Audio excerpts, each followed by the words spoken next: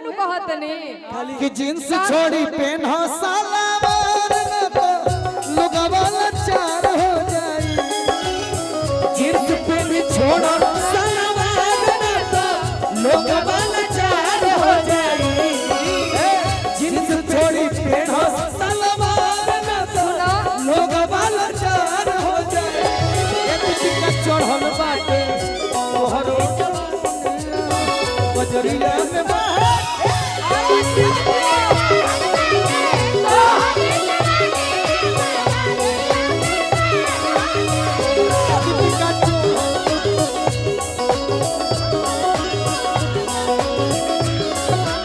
यही सुनु कहत नहीं कि तोह लोग ना कभी कभार बोले लगे लोग ना हम कि हमरा वही चीज से हमरा सुनिए देखिए ये गलत जगह जा रहा है। अधिका के दादा मत बनो लो। सुनो सुनो अधिका के दादा बन बोलो तो फिर हम जो बोलना ना चाहिए गायकी के बात गायकी में हाँ, ये ना तो फालतू के बात कर बोलो तो हम भाई फालतू के बात करे वाला ये तो अभी पटका पटकी हो जाओ। ठीक है राहत फतेह अली खान होगा। नहीं देखिए गाना गाओ सुना ना सुन दीप जानते हो हम सही बात रसवा से भर लग गरिया सही बात एक नंबर सही। तो हम लोग के यही काम की वजह से हमरा याद आवता है गोलाए हम ना कहनी 3 गोला करावे के भाई ना तर हम तो थोड़ी कहता नहीं वो तो फरमाइश आइल है तो हम कहनी सुनो लेकिन हम एगो लाइन हम कहो ओकरा बाद दू गोला कर रहलो ठीक बा काहे कि मान लो कि हम वो लेवल पे ना जा सकीले जो भी आप लोगों को हमारे कहना है दायरा गीता पर हाथ रख कर कहिए।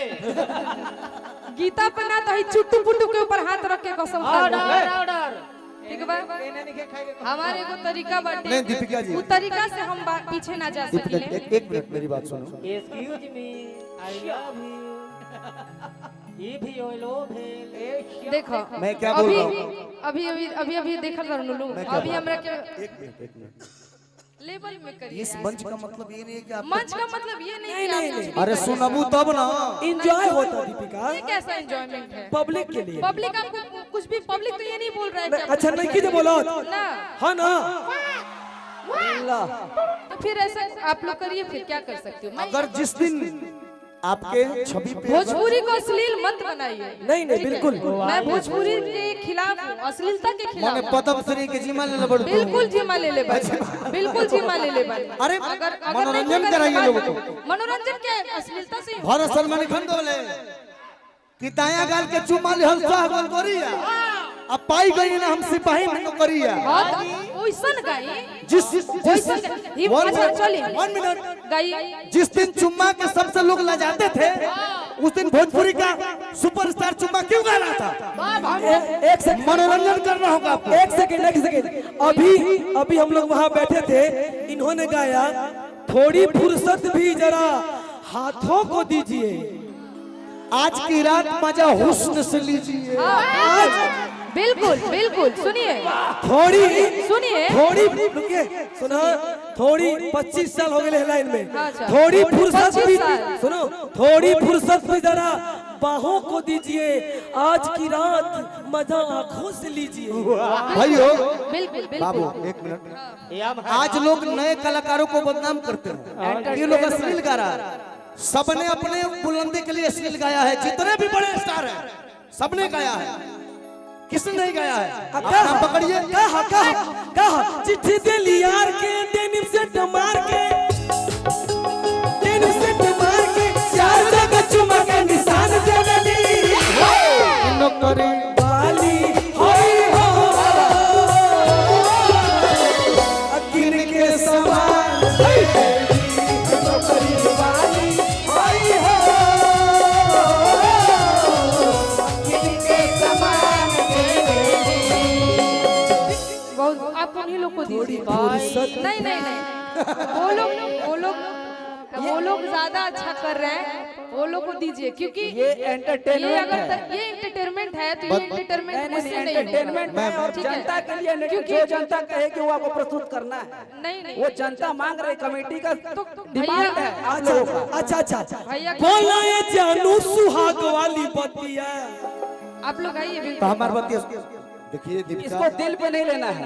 भैया रुक जाओ आप देखिए, हमारी अगर ये एंटरटेनमेंट है तो ये मुझसे नहीं होगा दोस्त- भाई मैं दोस्त- उस लेवल दोस्त- की नहीं हूँ दोस्त क्या गलत बोला गया आपको? कुछ गलत बोला क्या हम लोगों ने? किसी अभद्र आपके शरीर पे हमने टिप्पणी किया क्या दोनों भाइयों ने? उतना तो हिम्मत ही नहीं है। या भाई अब हिम्मत के बात मत करो। हाँ जी आप एक नारी हैं, आपका सम्मान मैं समझ सकता हूँ।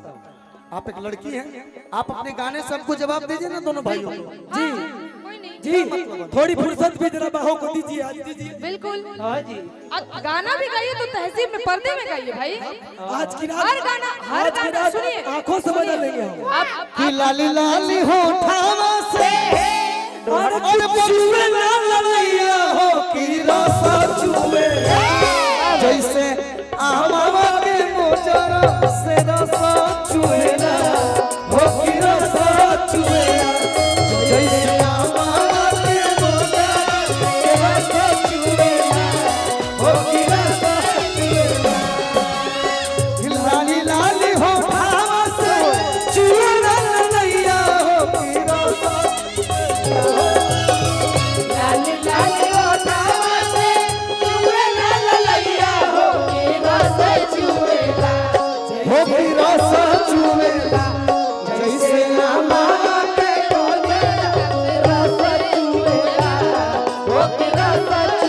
जैसे आमावा के मोजरा से रसा चुएला, हो कि रसा चुएला।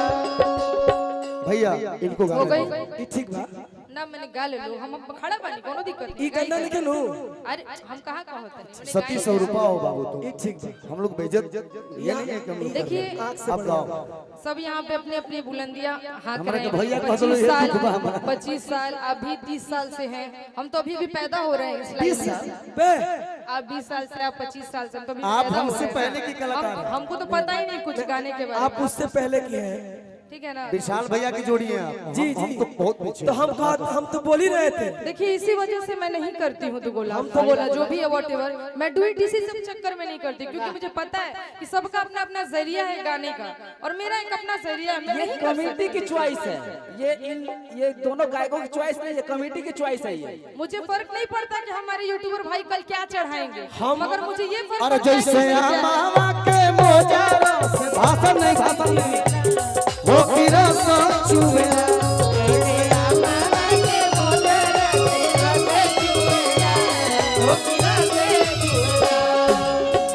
हेलो चंदन, रूपवा सलोना बेस जी, ए धनिया हो।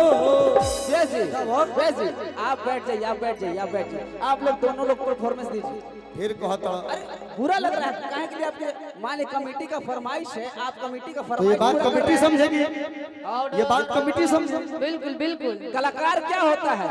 कलाकार होता है ऑर्डर ऑर्डर भैया रुक जाइए, रौरा काहे कर माता नहीं। अरे अब कौन गलत का बता नहीं भाई। रौरा रुकी, रौरा रुकी। ऑर्डर। अरे गाइए, रूपवा सलोना भैया धनिया हो मन करे निहार हो, रूपवा सलोना ए धनिया हो मन करे भैया मेरे स्केल दीजिए। हाँ आप गाइए। सर उठाइए। हम काहे नीचे से गए? हमसे नहीं होता है नीचे। नहीं, आप- आप उठाइए, आप गाइए। एक मैं सर्व करिए।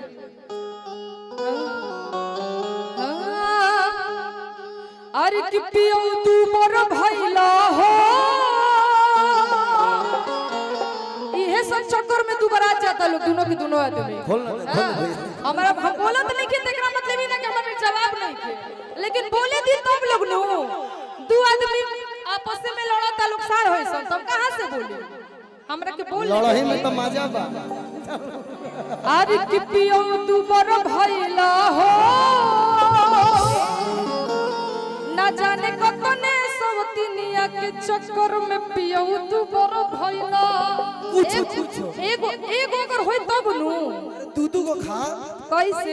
अरे अरे तो पियो तू मोर भैला हो,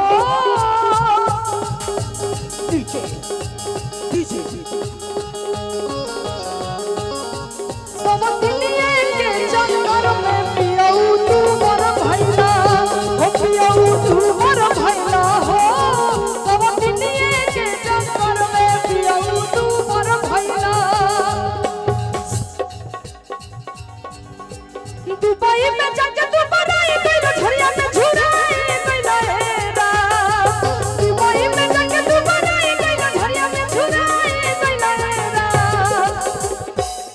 अरे कमन जोड़ी खा के सब तिनिया के सया झुराई गइलो हेरा वाह वाह विशाल भैया के पातर कमर है देख जोड़ी बरियार बा हाँ जी अरे कि कमन जोड़ी खा के सब तिनिया के सया झुराई गइलो हेरा उहे जोड़ी उहे जोड़ी झुराई गइलो हेरा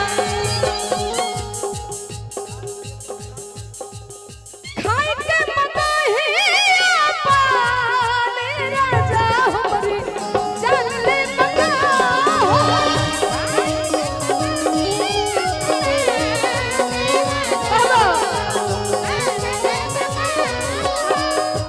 जनली बंगा जनली बंगा जनली बंगा जनली बंगा पर के नजरे प्याले राजा जनली बंगा खाए के मंगा है राजा हमरे 1 मिनट हो हमारी दीपिका भाभी ये चाह रही है कि गीत से कुछ समझे ना बिल्कुल भैया भैया भाभी बोलबे तो भैया जवाब देबे तारा लाज नहीं खेलागत भैया कहो तारा लाज नहीं खेलागत कि तू भाभी कहो तू बहिन कहो तू मेरा बड़ा भाई नहीं हम बहन कही क्रिया खा कहता कपार पर क्रिया खा के कहो गंगा उठा के कि क्रिया खा के कहो क्रिया खा के कहो ईमानदारी से का बोला कि प्यार नहीं हरे टकराई ससुरारी से प्यार नहीं हरे ससुरारी हेलो एक सेकेंड ये गाना मैच नहीं किया आपने भैया कहा अब फिर कह रहे हैं क्रिया खा के कहो ईमानदारी से प्यार नहीं है बदले की ससुरारी से ना इहो गलती धरा बा। गोली नु। ए विशाल भैया बिल्कुल बिल्कुल इहो गलती बा कहे के चाहत रहे कि प्यार तो जवानी तक रही कि बुढ़ारी से बताइए